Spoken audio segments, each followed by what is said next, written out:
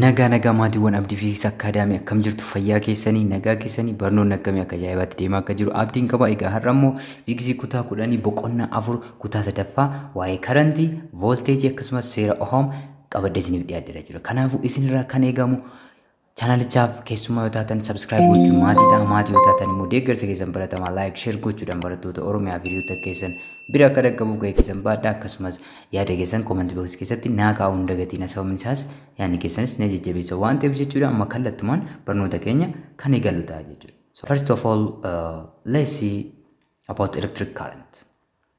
Waa'ee current electric ilaallaa jechuudha. Current electric ilaaluu keenyaan dura electric dhuma currentii jechuun maal jechuudha yookiin immoo current electricity maal akka ta'e conceptii isa jalqabuma warra kaan ilaallaa jechuudha. Tokkuma hiikni isaa walumatti dhiyaata. So current electricity is the flow of electrons through conductor. Egaa current electricity kan jennuun yaa'insa elektiroononni itti fufiinsaan dabarsuuwwan keessa taasisan jechuudha. Fakkeenyaaf shiboo koopparii keessa elektiroononni wanti isaan dhiibu yoo jiraate itti dhufna wanti elektiroonoon kun akka yaa'u taasisu baatirii kana jechuudha. Voltage kan jennuun sana nu maddisiisa. Inni sun yoo jiraate elektiroonoon itti fufiinsaan yaa'u jechuudha. Isa kanaan elektirikii gosa kamii jennaan jechuudha? Current electricity jennaan jechuudha. There are two types of electricity: static electricity and current electricity. Static electricity is the accumulation of charge, and current electricity is the flow of electrons through conductors. Isadha jechuudha. Kanaafuu garaagarummaan isaanii kanadha. Amma fakkeenyaaf animeeshinii kanarraa akka ilaalaa jirtan elektiroononni maal ta'aa jiru jechuudha. Fiixee negatiivii baatirii kanarraa ba'aniiti balbii kana keessa darbaniiti yaa'u jechuudha itti fufiinsaan. Amma balbiin kun akkuma argitan ifaa jira jechuudha. Balbiin kun ifaa jira. Egaa filamentiin balbii keessa jirtu tuni yommuu elektiroon as keessa yaa'an ni ho'iti. Ho'isuun immoo gara ifaatti nu jijjiirameeti jechuudha. So isa kanaan maal jennaan jechuudha? Current electricity jennaan jechuudha gabaabumatti. Electric current is the rate of flow of electric charge. Egaa electric current kan jennuun immoo hiikni isaa kallattiin sakandii tokko keessatti chaarjii koolombii hammamiitu dabarsoo tokko keessa darbaa jira yookiin immoo yaa'aa jira. Termii jedhu kan nu ibsu karantiidha jechuudha. Mee amma yaa'insa chaarjotaa kana yookiin immoo yaa'insa karantii elektirikii kana yaa'insa bishaaniitiin wal fakkeessuu dandeenya jechuudha. Fakkeenyaaf taankarii qabna asitti yoo ilaaltan taankarii kana keessa bishaantu jira. Taankariin kun ujummoodhaan wal qunnamee jira jechuudha. Egaa bishaan kun qaama isa baatee jiru qabee kana taankarii kanas dabalatee ujummoo isatti qunnamee jiru kanas dabalatee dhiibbaa gaggeessa jechuudha. Pireesharii irratti gaggeessa. Pireeshariin kun immoo iddoo hundatti wal fakkaataadha jechuudha. Kanaafuu karaa itti yaa'u yoo argate fakkeenyaaf faasetiin kun yookiin bantuu cuftuun bishaanii kun yoo baname bishaan kun ni yaa'a jechuudha. Karantiinis akkasuma jechuudha yookiin immoo chaarjoonnis akkasuma jechuudha. Dabarsoo keessa wanti isaan dhiibu pireeshariin yoo jiraate gara pireeshariin guddaan jiru irraa gara pireeshariin xiqqaa jirutti yaa'u jechuudha. Akkuma bishaan kana amma as keessa kana pireesharii guddaa jira jechuudha. Dhangala'oon kun fluid pireeshariin qaama kana hundarratti gaggeessaa jira. Iddoo kana immoo pireesharii xiqqaa jira jechuudha. Kanaafuu dhangala'oon kun yommuu faasetiin kun banamu gara lafaatti gadi dhangala'a jechuudha. Bifa kanaan amma yoo ilaaltan inni dhangala'aa jiru kun maalidha jechuudha? Water stream yookiin immoo water currentidha jechuudha. Inni asiin amma gadi yaa'aa jiru kun inni isin argitan kun water stream yookiin immoo water currentidha jechuudha. Electric currentinis akkasuma jechuudha. Itti dhufna tokko tokkoon ni ilaalla jechuudha. Since electrons were not known at the time when the phenomenon of electricity was first observed, electric current was assumed to be flow of positively charged particles. Egaa yommuu electricity'n dura irra ga'amu elektiroononni discovery hin taane yookiin immoo hin beekamne turan jechuudha. Kanaaf chaarjoon yaa'insi chaarjotaa kun bira ga'ameera. Garuu chaarjoonni yaa'an kun chaarjota positivity jedhamanii yaadamaa turan jechuudha. Chaarjota positivity jedhamanii yaadamanii turan jechuudha. The current produced due to the flow of positively charged particles is called conventional current or simply current. Egaa chaarjiin sababa yaa'insa qaama chaarjii positivii qabu maal jedhama jechuudha? Conventional current yookiin immoo karantii waliigaltee akka jettu wayitii jechuudha. Karantii waliigaltee jechuu ni dandeenya yookiin immoo karantii jechuu ni dandeenya jechuudha. It flows out from the positive terminal of the battery into the negative terminal. Egaa Karantiin conventional kun yookiin immoo karantiin walii galtee kun akkamitti yaadama jechuudha. Fiixee pozitiivaa baatirii irraa gara fiixee negatiivaa baatiriitti yaa. Bifa kanaan kun akkuma argitan conventional karantiin gara miyyaa jechuudha. Fiixeen pozitiivaa asii waan ta'eef asirraan bahee gara naanna'ee akkanatti naanna'a jechuudha. Isa kanaan maal jennaan jechuudha? Conventional current jennaan. Garuu actual current yookiin immoo electron current kan jennuun qabatamaadhaan elektiroononni negatiiva irraa gara mitti yaa'u jechuudha. Fiixee negatiiva irraa gara fiixee pozitiivatti yaa'u jechuudha. Fiixee negatiiva baatirii irraa gara fiixee pozitiivatti yaa'u jechuudha. But this assumption was found wrong once the electrons was discovered. Egaa yaanni kun yaanni chaarjoonni yookiin immoo elektirikiin kan yaa'u qaama chaarjii pozitiivii qabudha kan jedhu sun elektiroonni argamaniin booda maal ta'e jechuudha? Soba ta'uunsaa bira ga'ame jechuudha. So in practice, the electric current is the flow of electrons or negatively charged particles. Egaa qabatamaadhaan electric current kan jennuun yaa'insa elektiroonotaa yookiin immoo yaa'insa qaama chaarjii negatiiviin chaarja'eeti yookiin immoo suudoo chaarjii negatiivii qabuuti jechuudha. Suudoon chaarjii negatiivii qabu eenyudha jechuudha? Elektiroonotaa jechuudha. Egaa elektiroononni kun akkuma argitan yookiin immoo elektiroon current yookiin immoo actual currentiin kan akkuma argitan fiixee negatiiva baatirii irraa gara fiixee pozitiiva baatiriitti yaa'u jechuudha. So isa kanaan maal jennaan jechuudha? Electron current yookiin immoo actual current jechuu ni dandeenya jechuudha. The flow of negatively charged particles is called electron current and it flows from the negative terminal of the battery to the positive terminal. Egaa yaa'insa qaama chaarjii negatiivii qabu kanaan yaa'insa maal jennaan jechuudha? Electron current jennaan jechuudha. Innis fiixee negatiiva irraa gara fiixee pozitiivatti taasisaa jechuudha. The direction of current does not affect the properties of circuit as long as you keep it consistent. Egaa kallattiin karantii gara pozitiiva irraa negatiivatti haa yaa'u, negatiiva irraas pozitiiva irraas negatiivatti haa yaa'u garaagarummaa hin qabu jechuudha. Garuu yeroo hunda dhaabbataa gochuu qabdu jechuudha. Yeroo hunda dhaabbataa gochuu qabdan amala circuitii keessanii yookiin immoo daandii elektiriikii keessanii irratti dhiibbaa uumayyuu hin qabu jechuudha. Therefore, the conventional current is taken as the standard current direction. Egaa yeroo ammaa kana yaaliiwwan garaagaraa keessatti waa'ee sarkiitii garaagaraa, waa'ee seerota garaagaraa, seera harka mirgaa, right hand rule isaan kana yommuu dubbannu kallattii karantii garam fudhanna jechuudha? Conventional current fudhanna jechuudha. Akka waan karantiin yookiin chaarjiin pozitiiva irraa gara negatiivatti yaa'utti fudhannaa jechuudha. Nunis gara fuulduraatti sarkiitii baay'ee waa'ee isaanii yommuu dubbannu gara pozitiiva irraa gara negatiivatti akka yaa'utti jechuudha. That is conventional current dha jechuudha. Karantii walii galtee jechuu ni dandeenya jechuudha. Egaa conventional current kun akkuma argitan positive irraa gara negatiivatti yaa'a jechuudha. Positive irraa ni ba'a, negatiivaan immoo ni seenaa jechuudha. If a net charge change of Q flows across any cross section of conductor in time change of then the current I through the cross section is maal ta'a jechuudha. Currentiin charge nu kenname yeroo nu kenname rate of current jechuun maal jennee barreessina? Rate of charge flowing. Akkas jennee miti rate of charge flowing chargii yaa'aa jiru reetii isaa yookiin immoo yeroo sakandii tokko keessatti chaarjii kulumbii hammamiitu dabarsoo tokko keessa deeme kan jedhu kan ittiin barru isa kanadha. So karantii keessan bifa kanaan calculation isaa barbaaddu jechuudha. The SI unit for electric current is ampere, named after the French scientist André Marie Ampere. Egaa unity waaltawaan karantii ampeeridha jechuudha. Qubee A guddaadhaan kan bakka buusnudha. Maqaa namarraa mogga'e jechuudha. André Marie Ampere nama jedhamu scientist biyya French irraa kan mogga'edha jechuudha. 1 ampere is constituted by the flow of 1 coulomb of charge per second. That is 1 ampere is equals to 1 coulomb per second dha jechuudha. Egaa ampeerii tokko jechuun maal jechuudha?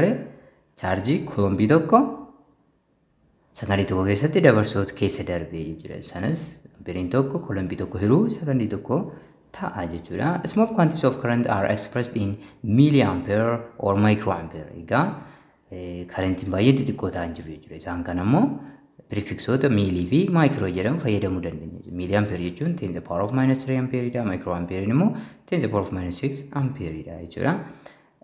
An instrument used to measure electric current is called diameter. Egaa meeshaan current elektirikii safaruun fayyadu ammeetira jedhama jechuudha. Akkuma asirraa ilaalaa jirtan meeshaan kun maalidha jechuudha?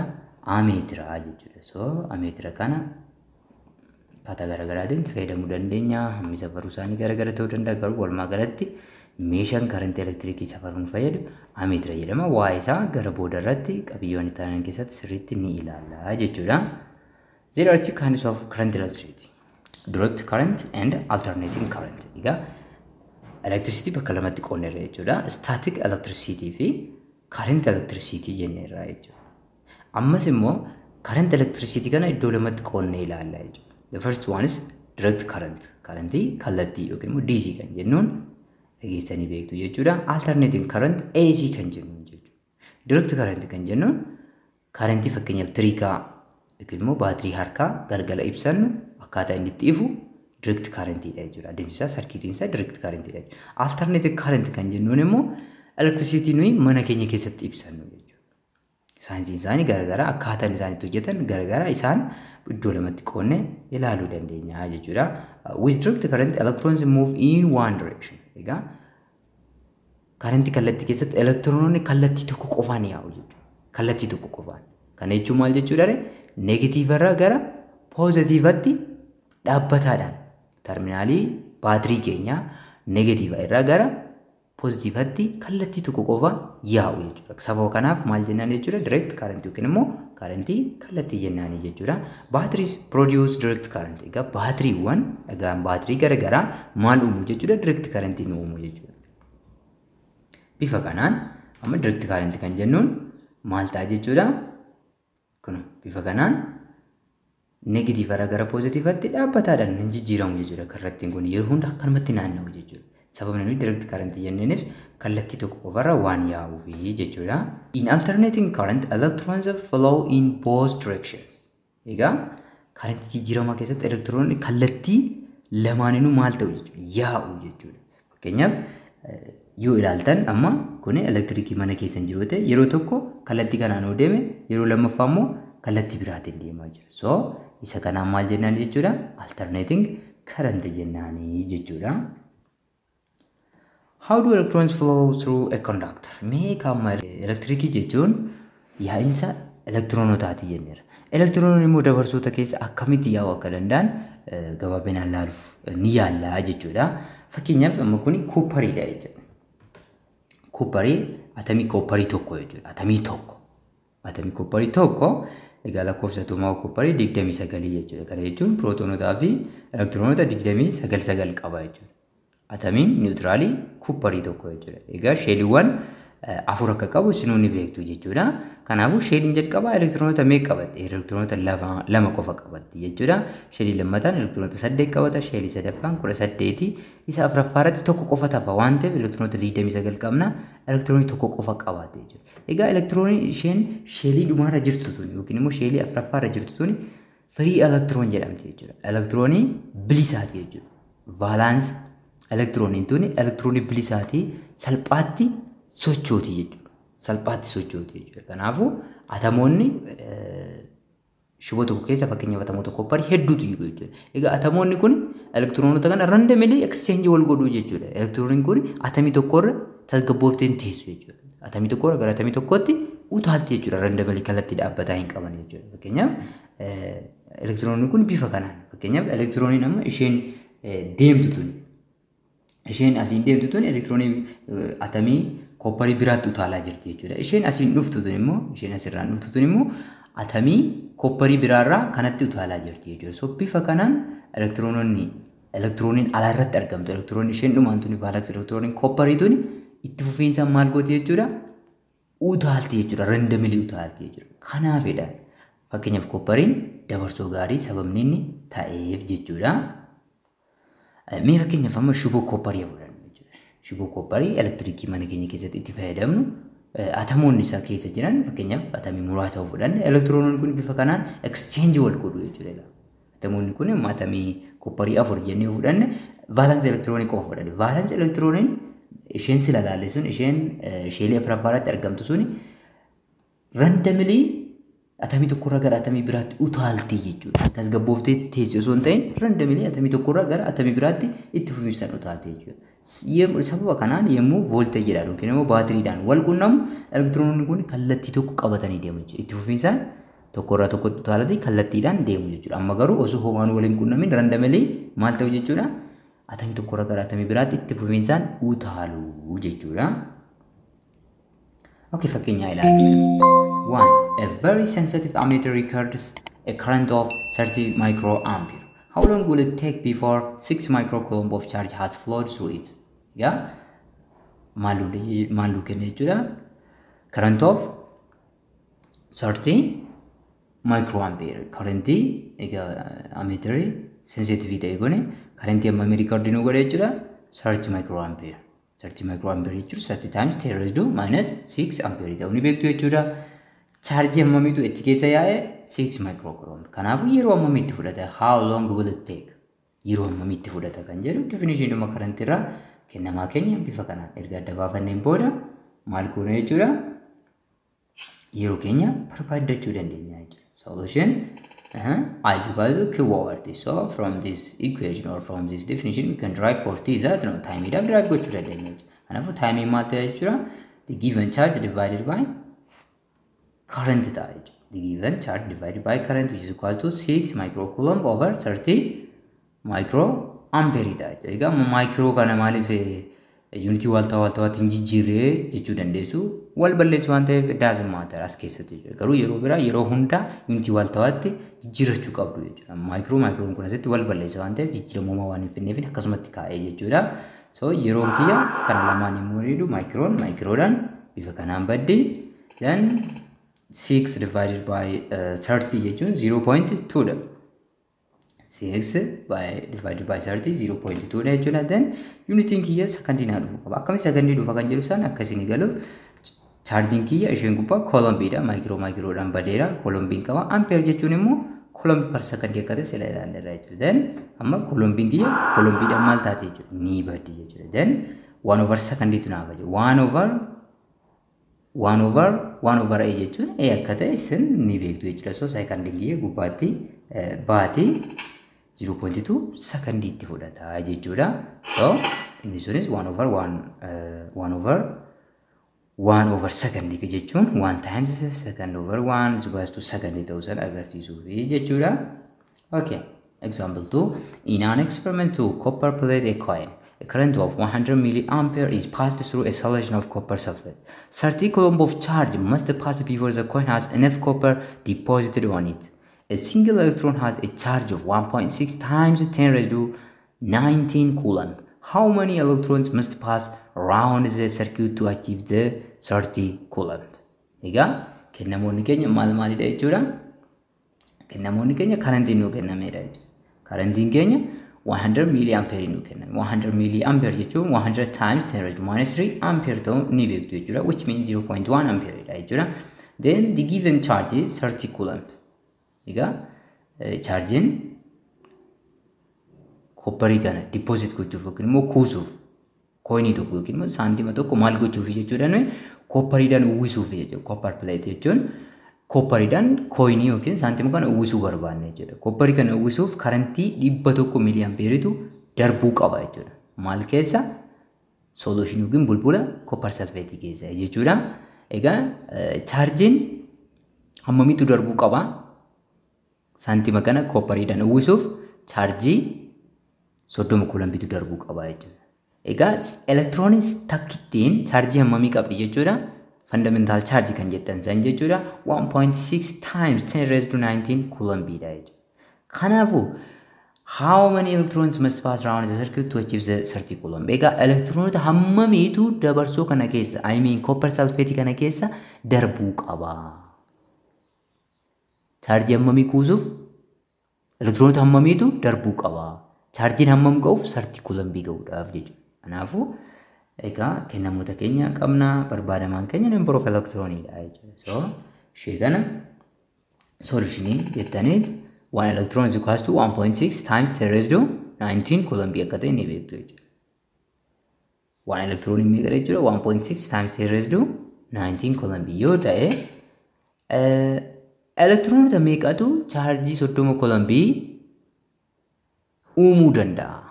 Elektiroonni meeqa yoo solutionii kana keessa yookiin immoo bulbula kana keessa darban chaarjiin keenya 30 coulomb ga'uu danda'a kan jedhu baafattu jira. Sanaan booda kana qaxxaamura baay'isuudha jechuudha. Kan isin qaxxaamura yommuu baay'istan maal argattu? Number of electron times 1.6 times 10 raised to 90 minus 19 coulomb is equals to 1 times 30 coulomb. Then kan jechuun number of electrons is equal to 30 coulomb divided by 1.6 times 10 raised to minus 19 coulomb. Then coulombiidhaan bada lakkoofsa waan ta'eef kan barbaadaa jiru elektiroononni keenya hammamtoo jechuudha hamma kana ta'u jechuudha. Egaa 30 tokko tuqaa 6 yommuu hirtan 18 tuqaa 7 5 argattu jalaan 10 the power of minus 19 qabdu. Scientific notation sirriidhaan yommuu barreessitan 1.875 times 10 raised to 20 electrons. 1.875 times 10 raised to 20 electrons ta'a jechuudha. Elektiroonota baay'ee hedduudha jechuudha. Egaa chaarjii 30 coulomb irra ga'uuf yookiin immoo dabarsu tokko keessa dabarsuudhaaf elektiroonota hammamiitu yaa'uu qaba jechuudha. Elektiroonota hamma kanatu yaa'uu qaba jechuudha. Okay, what does make electric charge to flow? Egaa charging electricii akka yaa'u kan taasise maalinni? Kanaan booda kan mudannu waa isaati jechuudha. Ammaan booda kan ilaallu deebii gaafii kanaati jechuudha. Okay, voltage or potential difference. Let us consider the analogy of flow of electric charge with the flow of water again. Mee amma isa ilaallu. Waa'ee wal fakkeenya yaa'insa chaarjii fi bishaanii sanaa jechuudha. Charges do not flow in a copper wire by themselves, just as water in perfectly horizontal tube does not flow. Egaa akkuma bishaan ujummoo lafarra diriiraa yookiin immoo qixa sirriirra jiru tokko keessa salphaatti yaa'uu hin dandeenye. Wanti duuba isa dhiiboo jiraachuu baate chaarjoonni illee shiboo kopparii keessa ofii isaaniitiin hin yaa'anii jechuudha. So maal takka isaan yaa'an kan taasisu maalinni? If one end of the tube is connected to a tank of water kept at a higher level, such that there is a pressure difference between the two ends of the tube, water flows out of the other end of the tube. Egaa bishaan kuni yookiin immoo ujummoon kuni ol ka'iinsa bishaan jiru yookiin immoo kuusaan bishaanii jiru irraa gadi siqee yoo itti qunname yaa'uu danda'a jechuudha. Yeroo kana potential difference yookiin immoo pressure difference uumama jechuudha. Pressure difference kuni bishaan suni tiyuu san keessa akka yaa'u taasisa jechuudha. Thus in a water circuit, a pump increases the gravitational potential energy of the water by raising the water from a lower level to a higher level. Egaa circuitii bishaanii keessatti yookiin immoo ujummoo bishaanii keessatti bishaan ol ka'uun suni maal dabala jechuudha? Potential energy bishaanii sana dabala jechuudha. Sanaan booda gara gadiitiin kan jiru immoo low pressure qabaata. Bishaan suni akka yaa'u ta'a jechuudha.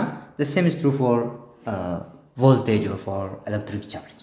Amma mee analogy kana ilaallu jechuudha. Egaa ammas taankii qabna kuni kuusaa bishaan keenya walitti qabameedha. Ujummoon kuni taankii kanatti kan qunnamedha. Faaseetii qabna bantuuf cuftu tarbaayinii qabna jennu fakkeenyaaf asii. Elektirikii bira immoo dhufne shiboo kopparii bifa kanaan qabna, balbii qabna, baatirii qabna, iswiichii qabna jechuudha. Egaa amma wal fakkeenyi keenya taankii baatirii wajjin wal fakkeessina jechuudha. Egaa kan dhiibu yookiin immoo humni keenya eessadha jechuudha? Kuusaa kana jechuudha. Kuusaa bishaanii kana conversion of water kana kuni asiif akka pressure yookiin immoo pressure difference akka uumamu kan taasisu isa kanadha. Asii immoo potential difference akka uumamu kan taasisu baatirii keenyadha jechuudha. So amma bishaan keenya yommuu bannu bifa kanaan tarbaayinii keenya ni naanna'a. Bishaan keenya bifa kanaan deemee water streamii keenya qabna jechuudha. Egaa sila maal jenneera water streaming keenya karantii elektirikiitiin wal nuuf akkaataa jenneera jechuudha. Then balbii keenyas akkasumatti bantuuf cuftuu keenya yookiin switchii keenya bifa kanaan yoo ibsinu elektiroononni maal ta'u jechuudha kallattii kanaan yaa'u jechuudha. Balbiin keenya sila inni future amma ni ifa jechuudha. Amma ka volteejii keenya yookiin immoo baatirii keenya kuufama bishaanii kanaan wal fakkeessine yookiin taankii kanaan wal fakkeessine tarbaayinii keenya immoo maaliin wal fakkeessuu dandeenya? Balbii keenya wal fakkeessuu dandeenya jechuudha. Enerjii kana ammaan isaa asitti potential energy bishaan kana ol ka'iinsa irra jira waan ta'eef gara maalitti jijjiiraa jira inni immoo gara kinetic energytti jijjiiraa jira jechuudha. Akkasumas inni kun immoo anniisaa elektirikii kana yookiin immoo anniisaa sochii elektiroonotaa kana gara miti jijjiirra gara anniisaa ifaatti jijjiirra jechuudha. So bifa kanaan ilaaluu dandeenya jechuudha. For flow of charges in conducting metallic wire, the electrons move only if there is a difference of electric pressure called the positional difference along the conductor. Egaa gaafii keenya jalqabarratti sila gaafanne deebisnee irraa jechuudha. Chaarjonni yaa'uudhaaf yookiin immoo chaarjonni shiboowwan dabarsoo ta'an keessa yaa'uudhaaf elektiroononni kan kallattii tokko qabatanii yaa'an yoo maaltu jiraatedha jechuudha. Garaagarummaan potential difference yookiin immoo voltagein yoo jiraatedha jechuudha. Voltagein yoo jiraatedha. Voltagii kana immoo yeroo baay'ee DC keessatti baatirii wanti nu kennu jechuudha. Yookiin immoo hydro power electric yeroo ta'e immoo madda bishaanii yookiin immoo faafaatee fincaawwan garagaraarraa yookiin hidhaawwan garagaraarraa argachuu dandeenya jechuudha. This difference of potential may be produced by a battery consisting of one or more electric cells. Egaa potential difference kun baatiriiwwaniin uumamuu danda'a jechuudha.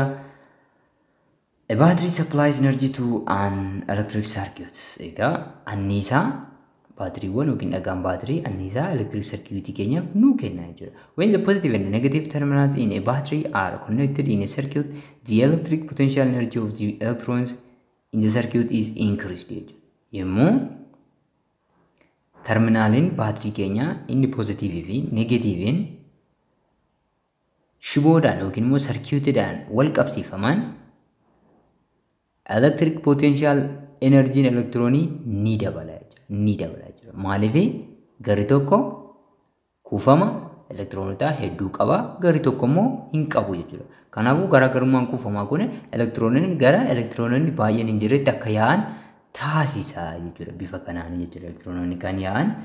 As these electrons move towards the positive battery terminal, this electric potential energy is transformed into the other forms of energy, just as gravitational potential energy is converted to kinetic energy as water force. Egaa akkuma fincaa'aatti potential energy bishaanii gara anniisaa sochiitti jijjiiramu yommuu elektiroononni socho'an electric potential energy kun gara anniisaawwan garagaraatti jijjiirama jechuudha. Anniisaa ifaa ta'uu danda'a, ho'aa ta'uu danda'a.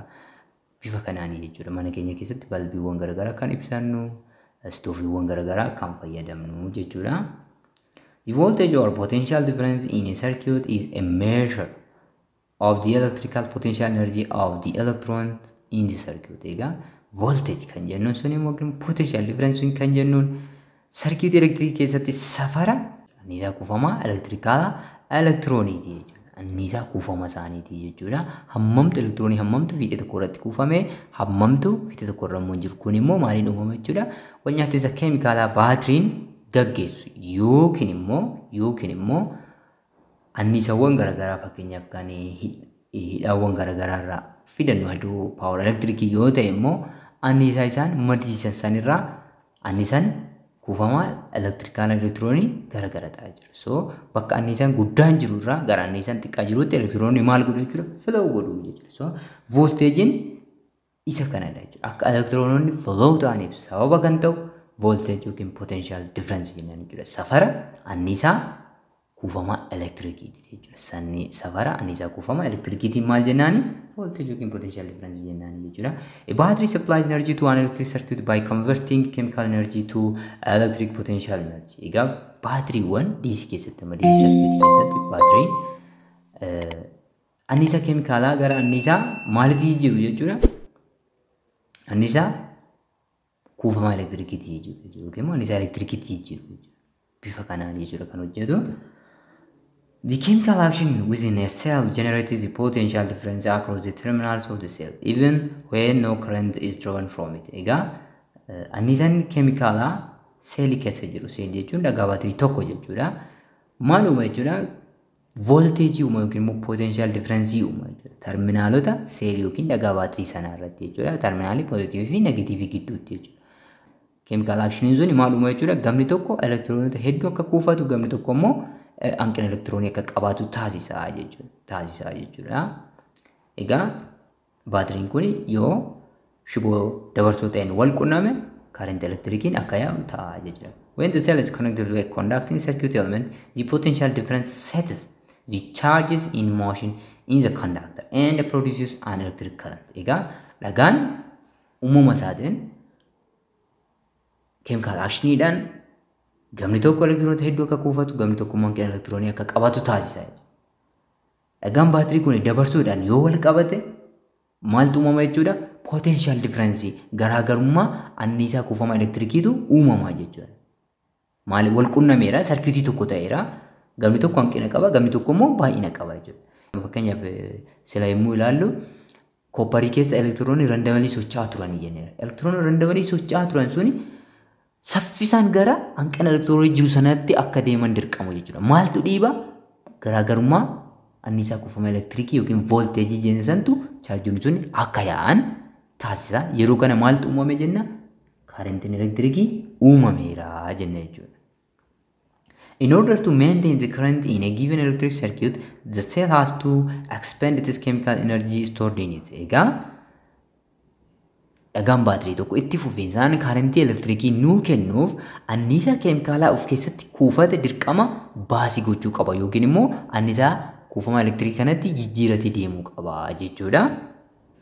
The electric potential difference between 2 points in an electric circuit carrying the same current is defined as the work done to move a unit charge from one point to the other. Egaa calculation isaati immoo yommuu dhufnu akkamitti mathematically yookiin immoo quantitatively akkamitti potential difference yookiin immoo voltage barbaanna kan jedhutti yoo dhufu yookiin immoo define goona jedhutti kan dhufu voltage or electric potential difference is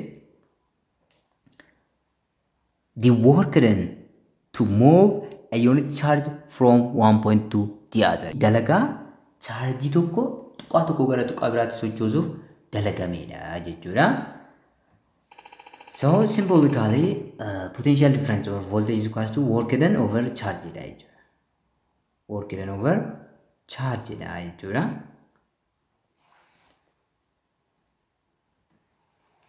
The SI unit of electric potential difference or voltage is volt, named after Alessandro Volta, an Italian physicist. Unity Volta one voltage immoo volt jedhama jechuudha. Innis maqaa namaa Alessandro Volta jedhamurraa kan fudhatamedha jechuudha. Egaa innis immoo physicist biyya Xaaliyaanii nama turedha jechuudha. 1 volt is the potential difference between 2 points in a current carrying conductor when 1 joule of work is done to move a charge of 1 coulomb from one point to the other. Egaa 1 volt jechuun 1 joule over 1 coulomb jechuudha. Caalamaa kuufamaa dalagaan juuliin tokko chaarjii koolombii tokko tuqaa tokko gara tuqaa biraatti sochoosuuf yemmuu dalagamu kan jiraatudha. Therefore, 1 volt is equal to 1 joule over 1 coulomb. 1 volt is equal to 1 joule per 1 coulomb. Voltage is measured by means of an instrument called the voltmeter. Egaa voltage immoo yookiin immoo potential difference yookiin caalmaa kuufamaan maaliin safarama jechuudha? Meeshaa voltmeter jedhamuun safarama jechuudha. Egaa meeshaan kunis isa kana kan fakkaatudha jechuudha. Why don't these birds receive electric shock? Egaa gaafii kana yeroo baay'ee sammuu keenya keessatti uumamuu danda'a jechuudha. Simbirroowwan hedduun isaanii sarara daandii elektirikii potential difference guddaa daddabarsaa jiru kanarra ta'aniiru garuu homaan taane jechuudha. They didn't get shock. Egaa shookii hin goone yookiin immoo hin miidhamne jechuudha. Maaliif kan jedhu egaa sababoonni lama jiraachuu danda'u. Inni jalqaba birds are not good conductors. Jalqaba simbirroonni kun dabarsoota gaarii miti jechuudha. The energy bypass the birds and keeps flowing along the wire instead. Egaa energiin kun isaan dabarsoota gaarii miti waan ta'eef gara isaanitti hin deemu jechuudha. Kanaafuu daandii masaa qabatee yaa'a jechuudha. The second case is there is no voltage difference in a single wire. Egaa shiboo tokko gidduutti garaagarummaan voltage hin jiru yookiin immoo potential difference hin jiru jechuudha. Kanaafuu for electrons to move there must be difference in electrical potential. Egaa elektiroonni immoo socho'uudhaaf garaagarummaan caalmaa kuufamaa jiraachuu qaba jenneerra jechuudha. For example, energy flows from areas of high voltage to areas of low voltage. Egaa annisaan high voltage irraa gara low voltage itti akka yaa'u beekamaadha jechuudha. If it flows through a single power line at 35,000 volts, it will continue along the path of least resistance. Egaa voltage amma kana chaarjota dhiibaa jira yoo ta'e egaa annisaan kun maal ta'a jechuudha? Gara ittisuun xiqqaa jirutti itti fufinsaan yaa'a jechuudha. Bifa sababoota kana lamaaf ta'uu danda'a. That means it will bypass purpose because there is no difference in electrical potential. Egaa shiboo kana gidduu garaagarummaan potentiaalaan jiru waan ta'eef simbiroota kana bira darbuu yookiin immoo shook akka isaan hin taane gochuu danda'a jechuudha. If a bird touches the ground or another wire with different wire, A would get shocked. Gitani amma simbiroon tokko yoo lafa tuqe yookiin immoo biqiltuu biraa yoo tuqe even shiboo biraallee gamarraan yoo tuqe shook ta'a jechuudha. Yookiin immoo maal ta'a jechuudha? Of wallaaluu even duullee dandeessee jechuudha. In this case, the bird's body would become a path for electricity. Egaa asitti maal uumama jechuudha? Qaamni simbira kanaa dabarsoo ta'a yookiin immoo daandii electricity sanaa ta'a waan ta'eef jechuudha. It would move through the bird to reach either the ground or another place with a different voltage. Egaa elektrikiin kuni ground yoo simbira ground tuqte ground dhaquuf yoo immoo biqiltuu biraa tuqte biqiltuu sana keessa darbuuf yoo immoo even shiboo biraa tuqte shiboo san bira ga'uuf maal godha jechuudha akka daandii itti fayyadama waan ta'eef yaa'insi elektiroonii qaama guutuu simbiraa keessatti kun simbirri akka duutu yookiin immoo shock akka taatu taasisa jechuudha. This is why power lines tend to be high in the air with plenty of space between the wires. Egaa kanaaf jechuudha.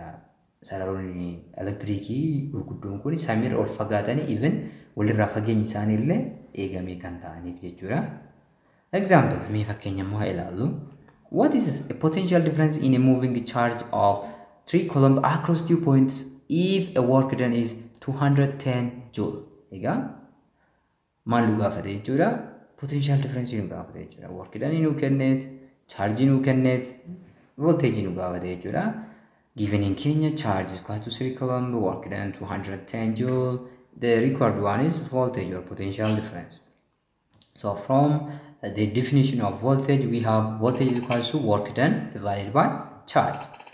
The work done is here, our work done is 210 joule over the given charge is 3 coulombs. So,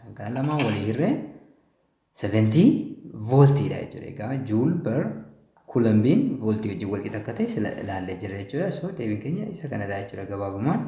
Okay, is there a relationship between the potential difference across a conductor and the current through it? Simply, is there a relationship between voltage and the current? Yes, we will see it about this question or about the answer of this question. Kanatti aansine immoo hariiroo waa'ee hariiroo maaliif dubbanne jechuudha? Waa'ee hariiroo voltage fi currentii kan dubbannu ta'a jechuudha.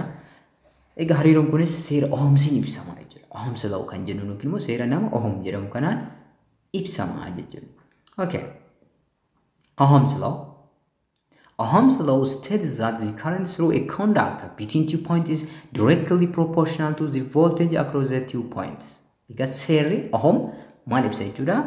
Currentiin dabarsoo tokko keessa tuqaalee lama gidduu yaa'aa jiru hariiroo kallattii volteejii tuqaalee kana lamaan gidduu jiruutiin qaba. Jechuun maal jechuudha? Karentii fi volteejiin hariiroo kallattii qabu jechuudha gabaabinaan. Egaa karentiin jira yoo jenne maal keessa yaa'a? Dabarsoo keessa yaa'a. Volteejiin jira yoo jenne immoo caalmaa kuufamaa tuqaalee lama gidduu jiru jechuudha. Garaagarummaa annisaa kuufamaa elektirikii jechuudha. Tuqaa afbaa fudhanne egaa garaagarummaan caalmaa kuufamaa kunii fi yookiin immoo caalmaan kuufamaa yookiin volteejiin fi karentiin sarkiitii elektirikii tokko hariiroo kallattii waliin qabu jedha jechuudha. Deebii keenya deebisnee moo deebisne? Deebisnee irraa jechuudha. The electrical current in a wire can be reduced by many factors, including impurities in the metal of the wire that increases the resistance of the wire or collision between the electrons and nuclei in the material. Egaa karentiin elektirikii shiboo tokko keessa sababoota garaagaraatiin yaa'insiisaa jechuudha. Yaa'insi chaarjii dabarsoo tokko keessa taasifamu sababoota garaagaraatiin xiqqaachuu danda'a. Inni tokko maal inni? Impurities. Makaa meetaalota. Meetaalonni amma yeroo baay'ee qulqulluu miti jechuudha. Yoo qulqulluu ta'uu baatan wantoota dabarsummaan isaanii gadaanaa ta'een yoo walitti makaman hammi chaarjii dabarsuu isaanii yookiin immoo hammi karentii of keessa yaasuu isaanii maal ta'a jechuudha? Gadi bu'aa ta'a jechuudha. Inni kun maal dabala? Dabarsummaa dabala jechuudha. akkasuma maal inni collisionii ta'uu danda'a jechuudha. Collisionii maal dabala? Resistaansii dabala jechuun collisionii elektiroononni niikulasii yookiin immoo niikulaayii wajjin taasisan akka dabalu taasisa jechuudha. Egaa yommuu elektiroononni kun collisionii walitti bu'iinsa waayisan kallattiidhaan yaa'uurra maal ta'u jechuudha? Xiqqoo ishee irra naanna'uu yoo barbaadan jechuudha. Maalirra atamii takka yeroo xiqqoof turuu barbaadu jechuudha. Utaalatii atamii takka yookiin immoo niikulasii isaanii irra xiqqoo turuu yoo barbaadan gadi bu'aa jechuudha yaa'insi sun. Garuu elektiroonni saffisaan yoo atamii tokko irraa tokkotti saffisaan utaalatii deeman current electric keenya olaanaa ta'a jechuudha. These factors create a resistance to the electrical current. Egaa sababoonni kunniin maal uumu jechuudha? Ittisa circuit electric yookiin immoo electrical current itti waan isa ittisu itti uumu jechuudha. Okay, what's resistance? Egaa resistance jedhama termii haaraadha jechuudha. Let's define it. Resistance is represented by capital R, a description of how much a wire or other electrical component opposes the flow of charge through it. Egaa resistance kan jennuun kun yookiin immoo ittisa kan jennuun maalidha jechuudha? Shiboon tokko yookiin immoo qaamni sarkiitii elektirikii tokko hammamiin yaa'insa chaarjii faallessa yookiin immoo daangessa kan jedhudha jechuudha. Hammamiin yaa'insa chaarjii faallessa yookiin immoo daangessa. Ittisa jechuun salphumatti yaa'insa karantii daangessu yookiin immoo faallessuu jechuudha. Okay, in the 19th century, the German physicist Georg Simon Ohm found experimentally that current through a conductor is proportional to the voltage drop across a current carrying conductor. Egaa proportionality kana yookiin immoo hariiroo current fi voltage kana kan argate nama Georg Simon Ohm jedhamudha jechuudha. Saayintistii biyya yookiin immoo fiizistii biyya Jarmaniiti jechuudha. Which is egaa proportionality kunis potential difference is directly proportional to current. Bifa kanaan jechuudha. Potential difference is directly proportional to current. Egaa yeroo kamiyyuu proportionality yoo jiraate maaltu jira jechuudha? Ni beektu constantiin ta'ee wayii jira jechuudha. Constantiin ta'ee wayii jira jechuudha. Kana jechuun voltage over currentiin dhaabbataadha jechuudha. Dhaabbataadha jechuudha. Qaamolee hundaaf ta'us baatan jechuudha. So change of V or voltage over current is equals to constant. Constantiin keenya kan sila nuyi resistance yookiin immoo R jenneen sana nuu ta'a jechuudha. Gama biraatiin isa kan rearrange gochuu dandeenya. V is equals to IR current times resistance jechuu ni dandeenya jechuudha. Egaa seerri kun yookiin immoo hariiroon kun maal jedhama jechuudha? Ohm's law jennaan yookiin immoo seera Ohm jennaan jechuudha. The motion of electrons through a conductor is retarded by its resistance. Egaa sochiin elektiroononni dabarsoo keessa taasisan sababa ittisaatiin suuta jechuu danda'u jechuudha. Sababa ittisaatiin suuta jechuu danda'u jechuudha. The units of resistance are volts per ampere or V over I. Egaa unitiin resistance maal jechuudha? Volts per ampere dha jechuudha. Egaa maqaa namicha Ohm jedhamu kanaatiin immoo volt over ampere kun Ohm jennee waamna jechuudha iddoo kanatti. Innis maaliin bakka bu'a?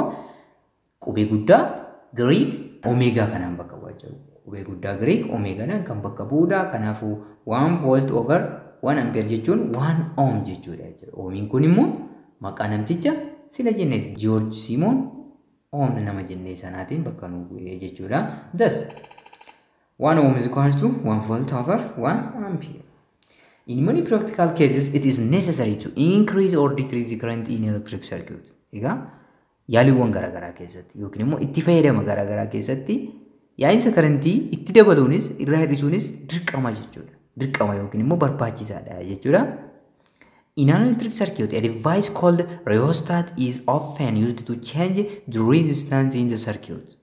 Egaa electric circuit keessatti meeshaa rheostat jedhamudha jechuudha. Kan resistance yookiin immoo ittisa dabaluu fi hir'isuudhaaf nu gargaaru jechuudha. Egaa rheostat jechuun variable resistor jechuudha.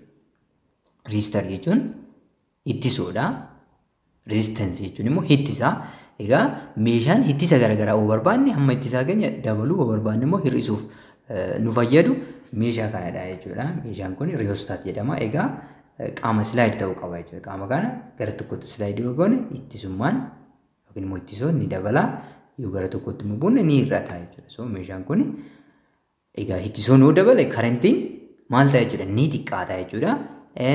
Ittisni immoo yoo xiqqaate karantiin ni dabala jechuudha. Kanaafuu meeshaan kun faayidaan isaa isa kanadha jechuudha.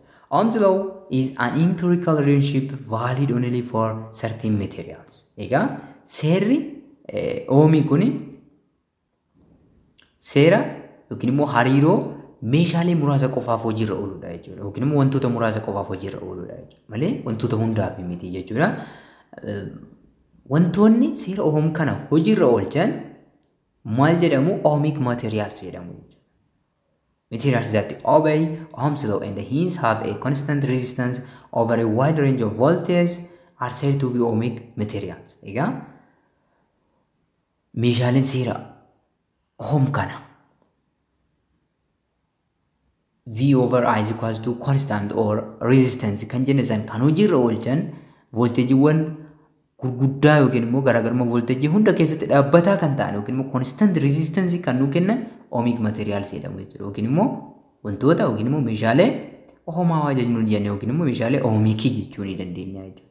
Egaa giraafiidhaan olaalla voltagein keenyaa fi karantiin keenya yeroo hunda maal ta'a jechuudha?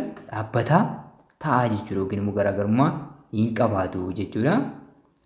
Ohmic materials include good conductors like copper, aluminum and silver. Egaa ohmic material kun dabarsoowwan kanneen akka copper, aluminum, silver ta'uu danda'u jechuudha.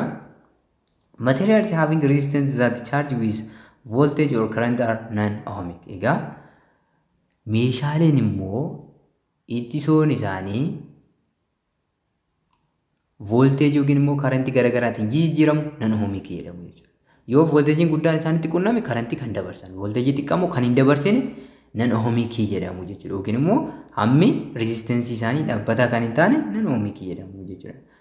Ohmic materials have a linear current voltage relationship over a large range of applied voltages. Egaa voltages.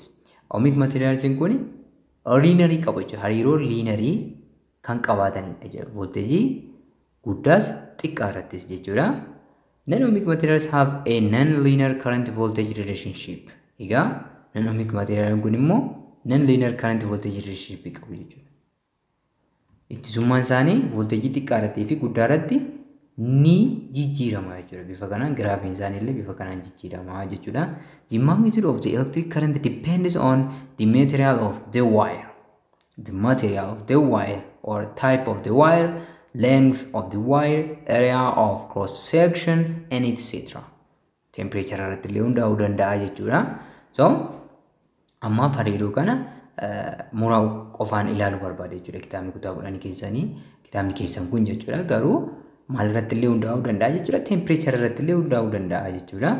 The resistance of ohmic conductors increases with length, which makes sense because the electrons going through it must undergo more collisions in a longer conductor. Egaa resistancein maal wajjin dabala jechuudha. Dheerinni shiboo yoo dabale ni dabala jechuudha. Akkamitti hojjetan? Egaa elektiroonii yommuu yaa'an kollisionii gaggeessaa deemu. Kollisioniin kun maal ta'a jechuudha? Yeroo dheeraa isaanitti fudhata jechuudha. Kanaafuu dheerinni shiboo yoo dabale ittisoon ni dabala jechuudha. Ittisni ni dabala jechuudha. A smaller cross-sectional area also increases the resistance. Just as a smaller pipe slows the fluid moving through it. Egaa dheerinni shiboo dabale ittisni ni dabala jenneera. Akkasuma cross-sectional area yookiin immoo bal'inni shiboo tokkos yoo xiqqaate maaltu irrata? Karantiin ni irrata. Ittisni immoo ni dabala jechuudha. Fakkeenyaaf isin nuti ni beektu jechuudha. Shiboo elektirikii amma isheen qaqalloonii fi isheen gurguddaan humna qixxee hin qaban jechuudha. Sababni isaas maalidha? Isheen xiqqoon ittisummaan ishii maalidha jechuudha. Yookiin immoo ittisni ishii olaanaadha jechuudha. Olaanaadha jechuudha. Inni guddaan immoo ittisni isaa xiqqaadha. Chaarjoota hedduu yeroo tokkotti of keessa dabarsuu danda'a jechuudha. So yoo dheerinni dabala ittisni ni dabala. Yoo immoo bal'inni xiqqaate ammas ittisni ni dabala jechuudha. Ujummoo bishaanii bal'aanii fi dhiphaan walqixa bishaan nuun baasanii jechuudha. The same is true for resistance or electric current. Kana jechuun resistancein yoo dabale yeroo kamiyyuu karantiin akka gadi bu'u beekuu qabdu jechuudha. Yoo immoo resistancein xiqqaate karantiin akka dabalus beekuu qabdu jechuudha. The resistance then is proportional to the conductor's length and is inversely proportional to its cross-sectional area. Egaa resistance kun immoo yookiin immoo hittisni immoo dheerina shiboo wajjin hariiroo kallattii qabaata. Kana jechuun maal jechuudha? Yoo dheerinni dabale hittisni dabala. Gama biraatiin immoo bal'ina shiboo wajjin hariiroo faallaa qaba. Kana jechuun maal jechuudha? Yoo bal'inni shiboo dabale hittisni ni xiqqaata jechuudha. Fakkeenyaaf kun shiboo koopariitii yoo ta'e shiboo koopariitii yoo ta'e tuqaalee lama gidduu kanatti yoo ilaalle egaa cross sectional areaan shiboo kana A yoo ta'e dheerinni shiboo kana hamma kana yoo ta'e so hittisni shiboon kun qabaachuu danda'u hariiroo kallattii dheerina kana faana qaba. Dheerinni yoo guddaa ta'e hittisa guddaatu jira jechuudha. Yoo immoo cross sectional areaan xiqqaa ta'e hittisni keenya maal ta'a jechuudha? Guddaa ta'a jechuudha. Faallaa waliitiin deemu jechuudha. Cross sectional areaan xiqqaadha jechuun hittisni guddaadha jechuudha. Garuu dheerinni guddaa jechuun hittisnis guddaadha. Wal fakkaataa dhuma deemu jechuudha. Kanaafuu areaa irratti hittisa guddaa barbaanna yoo ta'e areaa xiqqeessuu qabna jechuudha. Yookiin immoo hittisa xiqqaa barbaanna yoo ta'e areaa shiboo keenya bal'isuu qabna jechuudha. So isa kana lakkoofsaan ibsuu dandeenya jechuudha. Lakkoofsaan immoo ibsinu maal jennee rare proportional jechuudha jiru yoo ta'e constant way akka jiru sila isinitti himera jechuudha. So resistance is directly proportional to the length of the wire and inversely proportional to the cross-sectional area of the wire. Kana yommuu gara formulaatti jiru egaa proportionality kana constant way nu balleessa isiniin jedhera. Resistance equals to resistivity times L over A ta'a jechuudha. Egaa resistivity kun immoo hittisummaa jedhama. Resistivity kun immoo hittisummaa jedhama jechuudha. Where is the constant of proportionality? Rho is called the resistivity of the material. Egaa resistivity kun immoo hittisummaa amala materiality jechuudha. Materialii tokko gara materialii biraatti garaagarummaa kan qabu characteristictiidha jechuudha. Resistivity is the electrical resistance of a conducting material per unit length. Egaa resistivity jechuun hamma ittisa maaliti jechuudha? Ittisa meeshaa tokko per unit length. Lengthii meetira tokko jechuudha. Lengthii meetira tokko keessa ittisa hammamiitu jira kan jedhu kan nu ibsimu maal jennaan jechuudha? Resistivity yookiin immoo ittisummaa jennaan jechuudha. So resistivity is electrical resistance of a conductor. Egaa resistance dhuma. Garuu resistance akkamii? Per unit length. Lengthii unitii takka keessa yookiin immoo meetira tokko keessa shiboo meetira tokko dheeratu ittisa hammamii qaba kan jedhu tammiin ittiin ibsinu resistivity yookiin immoo ittisummaa jennaan jechuudha. In other words, it is the degree to which a conductor opposes the flow of electricity through itself, instead allowing the energy to flow out of electrical circuit, most often as heat jechuudha. Egaa jecha biraatiin immoo resistivity jechuun digriidha jechuudha. Digrii yookiin immoo sadarkaa hamma dabarsoowwan yaa'insa karentii elektirikii itti faalleessanidha jechuudha. Enerjii sana dabarsuu caala gara enerjii biraatti jiru yeroo baay'ee gara annisaa ho'aatti jiruudhaan jechuudha. The SI unit of resistivity is ohm meter. Egaa ishiin kun ohm jettanii akka dubbisne ohm meetiriidha jechuudha. Omeegaa jechuun ohm jechuun resistance irratti ilaalleerra ohm meetiriidha jechuudha. Unitii waaltawaan resistivity ohm meetiriidha jechuudha. It is characteristics property of the material. Egaa resistivity kun maalidha jechuudha? Amala meeshaa tokkooti jechuudha.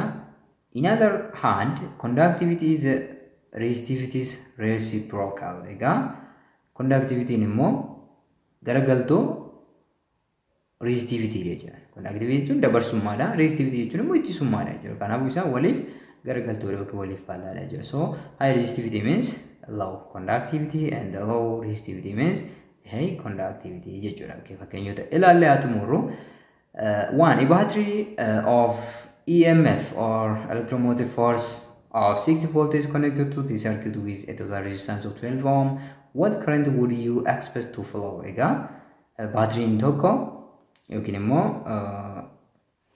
circuitiin elektirikii tokko batterii potential difference yookiin immoo electromotive force 60 volt qabutti wal quunname jechuudha. Total resistance kun lama yoo ta'e currentii hammamitu yaa'uu danda'a? Hammamitu yaa'a jettanii eegdu jedhee isin gaafate kennamaa keessan voltage 6 volt itti dhuftu gara fuulduraatti electromotive force jechuun voltage waliigala baatirii keenyaati jechuudha. R is equals to 12 ohm. Then the current would flow is R is equals to voltage over I. Kan jedhu ni beektu kanarraa you can derive for I. I will be voltage divided by resistance, which means 6 volt by 12 ohm. Kana jechuun 0.5 volt over egaa ohm jechuun volt over ampere ta'uun ni beektu jechuudha. Kanaafuu volt over ampere dha waan ta'eef voltageedhaan bada deebiin keessan meeqa ta'a jechuudha? 0.5 ampere ta'a currentii amma kanaatu yaa'uu danda'a jechuudha.